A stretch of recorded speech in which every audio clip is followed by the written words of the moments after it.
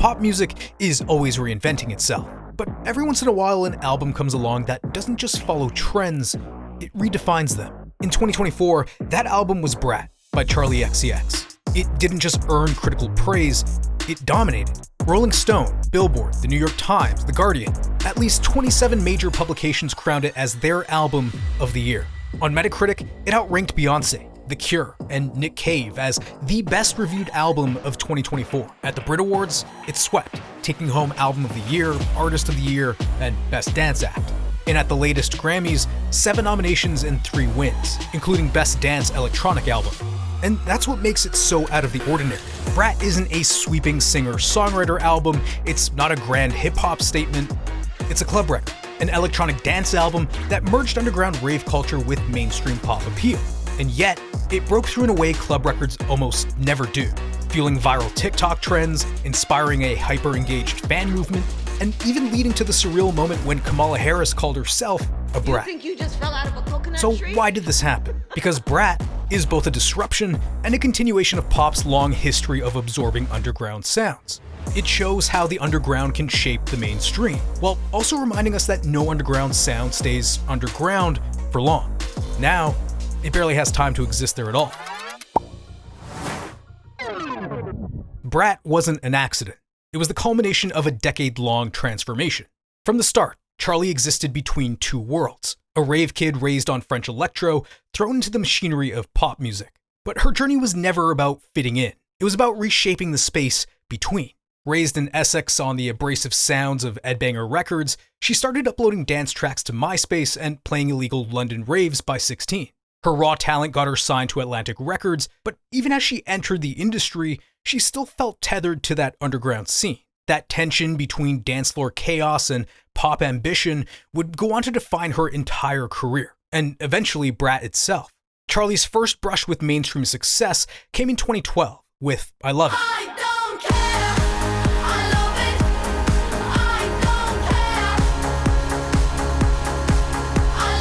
Written by Charli but handed to Swedish duo Iconopop, the rebellious party anthem became a 7 times platinum era-defining hit. But Charli remained invisible, absent from the music video, the promo cycle, and public recognition. When her debut album True Romance followed, it was critically adored but commercially overlooked. Too offbeat for radio, and too polished for the indie scene. The industry had noticed her talent, but it hadn't yet figured out exactly where she fit. That changed in 2014 when Charli found herself at the center of 2 massive hits. First came Fancy.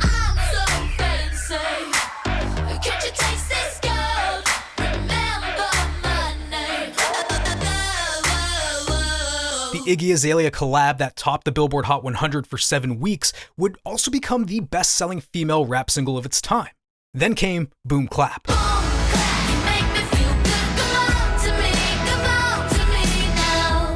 Her first solo top 10 hit, boosted by its placement on the Fault in Our Stars soundtrack. Suddenly, Charli had pop star momentum. She capitalized with Sucker, an aggressive punk-tinged pop album that positioned her as more of a radio-ready artist. The success of Boom Clap forced a delay in the album's release to re-strategize, so by the time she began touring the album, the songs already felt stale to her. Frustrated by industry expectations, she canceled a co-headlining tour with Bleachers, signaling her refusal to trade authenticity for fame. She had already won at the pop game, but now she wanted to break it. Everything changed when Charli first heard Sophie's Lemonade. Lemonade, lemonade. Lemonade, lemonade. The producer's hyper-digital alien soundscapes reflected Charli's own push against the limits of pop. Artificial, yet deeply emotional. Chaotic, yet meticulously crafted. Their collaboration led to Vroom Vroom. Cute, sexy, and my ride sporty. Those slugs know they can't catch me. A metallic, distorted, and unapologetically synthetic project that marked a sharp departure from Charli's previous sound. Initially polarizing, it later became a cornerstone of hyperpop, a maximalist internet-born genre blending glitchy synthetic production with exaggerated pop aesthetics. All my life, I've been waiting for a good time, a good time. Let me ride. Her label had no idea what to do with it, and that only fueled her rebellion.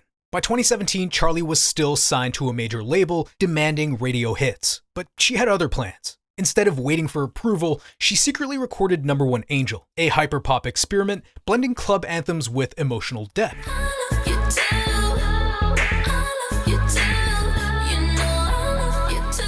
When her label wasn't fully on board, Charli found a clever workaround. By branding it as a mixtape, she was able to sidestep the typical industry release schedule and prioritize her art over industry approval. During this period, she was also working on what was meant to be her third studio album. But after a mass leak, Atlantic shelved it entirely, and rather than salvaging the project, Charli burned it down and started fresh. Within 4 months, Charli pivoted from a scrapped album to one of the most groundbreaking pop releases of the decade. With A.G. Cook as executive producer, she built Pop 2, a radical futuristic mixtape that blurred the line between underground hyperpop and mainstream accessibility. I'm out of my head, out of my head. Please get out of my head. For years, Pop 2 felt ahead of its time.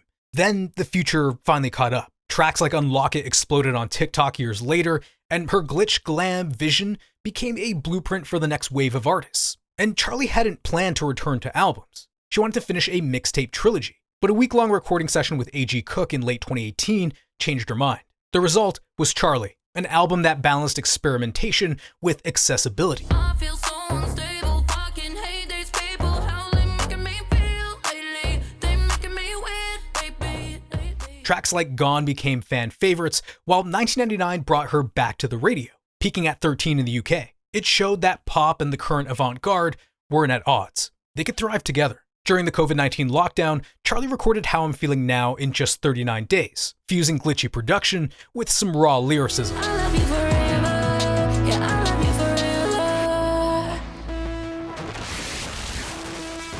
forever. She live-streamed production sessions and let fans vote on lyrics, turning isolation into a collaborative experiment.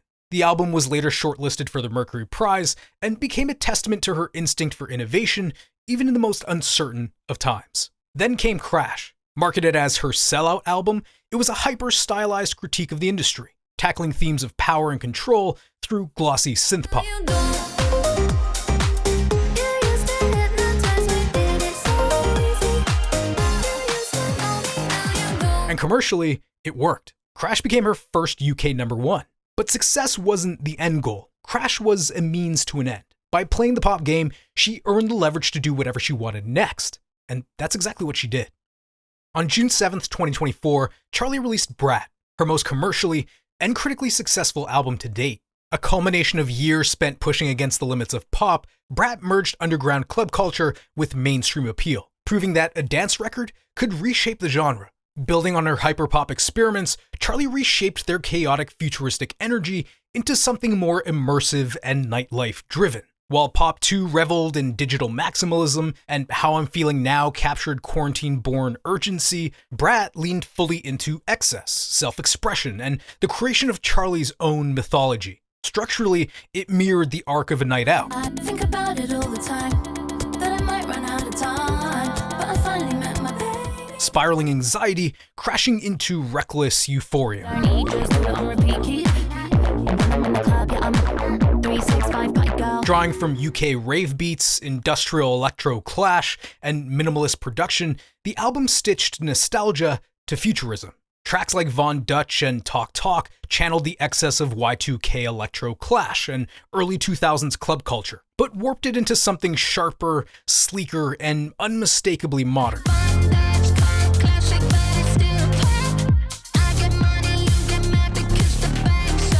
Rather than pure nostalgia, Brat made the past feel intensely present. And it wasn't just music for the dance floor. It was music about it. Beneath its sweaty euphoria, the album carried a deeper emotional core. Every track feels like a confession, a late-night text, or a voice note from a chaotic night out. Songs like 365 captured the relentless cycle of partying and crashing, while So I paid tribute to Charli's late collaborator Sophie. Always on my mind, every day, every night, your star burns so bright. Von Dutch took listeners to sweaty Y2K dance floors, while Sympathy is a Knife stripped away the party girl persona, exposing Charli's heartfelt honesty. I feel all these feelings out of control. Oh no, don't. After Crash's success, many expected Charli to go independent. But instead, she re-signed with Atlantic Records for a 2-album deal, a strategic move that reflected her evolved relationship with the industry.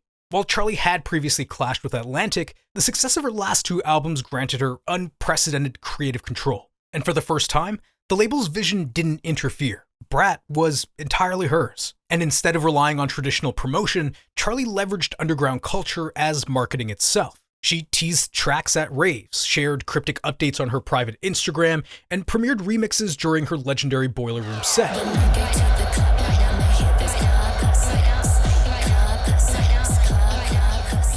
These moves also blurred the line between underground and mainstream, making Brat feel exclusive yet communal. Brat's anti-industry rollout didn't feel like a stunt because Charli wasn't borrowing from the underground. She was a part of it. The Boiler Room set, cryptic branding, and raw club beats weren't calculated strategy, but instinct. And that's what made Brat different. It wasn't a rejection of the industry, it was evidence that the underground could exist within it. Charli didn't sidestep the system. She demonstrated that the underground itself could be the system. And Brat kept evolving. Days after its release, Charli dropped a deluxe edition, adding 3 more tracks. Then came a remix album in October featuring an eclectic roster of artists, including Lorde, Billie Eilish, Ariana Grande, Caroline Polachek, and Bon Iver. And this wasn't just fan service. It was a survival tactic in the algorithmic age, where constant content fuels relevance. And the album's streaming numbers proved the strategy worked. But Brat's success also highlighted a paradox. It thrived on the same machinery it seemingly rejected. Beyond the music, Brat became a phenomenon. Brat Summer wasn't just a trend, it was a shift in attitude, fueled by fan-driven DIY murals, club nights, and viral memes. The lime green mural in Brooklyn, dubbed the Brat Wall, kept getting repainted, while the album cover became a meme template across the internet. Fan-made Brat generators and TikTok's Apple Dance challenge turned the album into a grassroots movement. I think the apple's rotten right to the core. From all the things passed down from all the apples coming before. This wasn't just marketing. It was proof that a pop era isn't defined by music alone, but by the culture it creates. Then things took a wild turn. Charli jokingly tweeted Kamala is Brat, and somehow the Harris presidential campaign leaned into it. Within weeks, Harris had adopted Brat's aesthetic, turning an offhand joke into a full-fledged political meme. The campaign's social media embraced Brat's neon green, lowercase branding, and fans flooded TikTok with remix videos, merging Harris clips with Charli's music. Whether an act of marketing genius or sheer internet chaos, the moment underscored Brat's cultural ubiquity. A dance record so deeply embedded in the zeitgeist that it blurred the line between music, meme culture, and real-world politics. Brat's impact was undeniable. It debuted at number 1 in the UK, Australia, and Ireland, and number 3 on the US Billboard 200, marking Charli's highest charting album yet. Yet its true legacy lay in erasing the boundary between underground credibility and mainstream success, proving that pop's future is built on both. All this, and Brat wasn't even the year's biggest album commercially. Not even close. In fact, it didn't even crack the top 20 worldwide. But what it lacked in commercial dominance, it more than made up for in cultural influence. It redefined pop's relationship with the underground, showing that authenticity, even when co-opted by viral trends, could rewrite the rules. Whether a fleeting moment or the start of a new era, Brat proved that today's mainstream doesn't just absorb the underground, it collides with it, creating something raw, real, and relentlessly modern. Pop music survives by devouring the underground. Disco, hip-hop, house, and hyperpop all began as subcultures before pop swallowed them whole. This process once unfolded over decades, but the internet has accelerated it to a sprint. A genre can emerge, peak, and fade within a single album cycle. Hyperpop is the perfect example of this cycle, a genre that rose, peaked, and was declared dead in under a decade. It emerged from the London-based record label and art collective PC Music in the mid-2010s, spearheaded by producers like A.G. Cook and the late Sophie, who were blending underground electronic music with exaggerated pop aesthetics. Hey cutie, yeah, even though you're so far away, I feel your hands on my body every time you think of me. Hey cutie. Charli championed it early, but 100 gecs and Spotify's hyperpop playlist, launched in 2019, propelled it into wider recognition.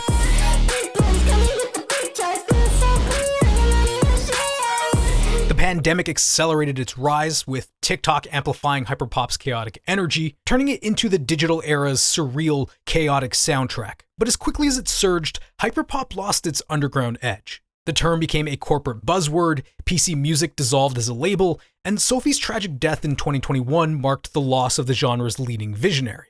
In the end, hyperpop didn't die, it was absorbed. The mainstream extracted its quirks, glitchy production, pitched vocals, and maximalist aesthetics, and filtered them into more polished, pop-friendly forms. Artists like Magdalena Bay and Rebecca Black now weave hyperpop's DNA into their own hybrid styles, showing its innovations have fused with pop rather than remaining a niche movement.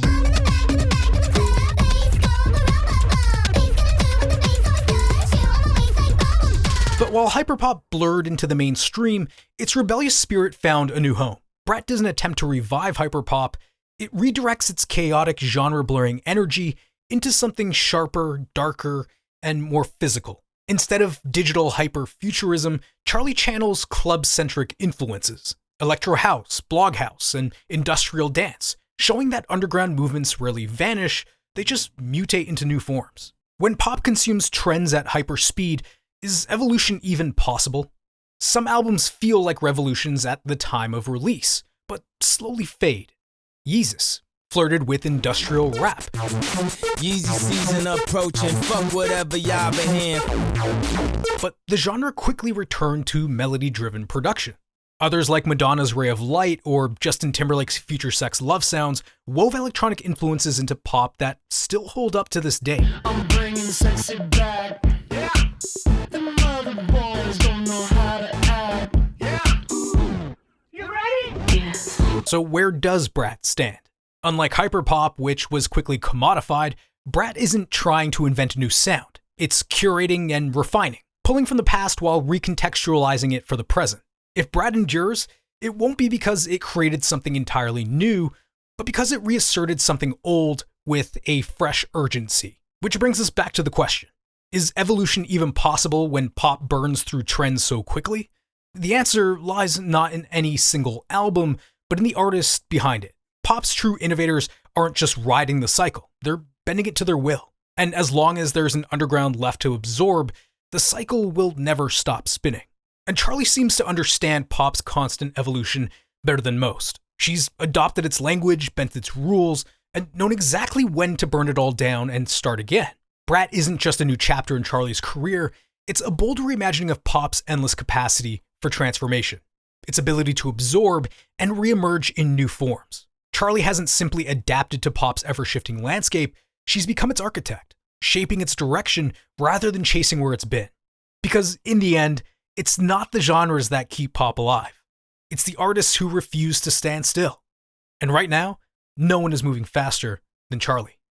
If you're into stories like this, about artists who reshape culture, genres that morph in real time, and movements that go from the underground to the global stage, there's a whole world of videos you should know about. My buddy Noah has an ongoing series spotlighting underground acts in Polyphonic magazine. From the industrial horrorcore of Backwash to the experimental funk of Kalen Ellis, there's some fascinating looks at unique voices in music who are on the rise. Then there's Danger Music by Volksgeist, which dives into some of the most bizarre sound experiments in modern music history.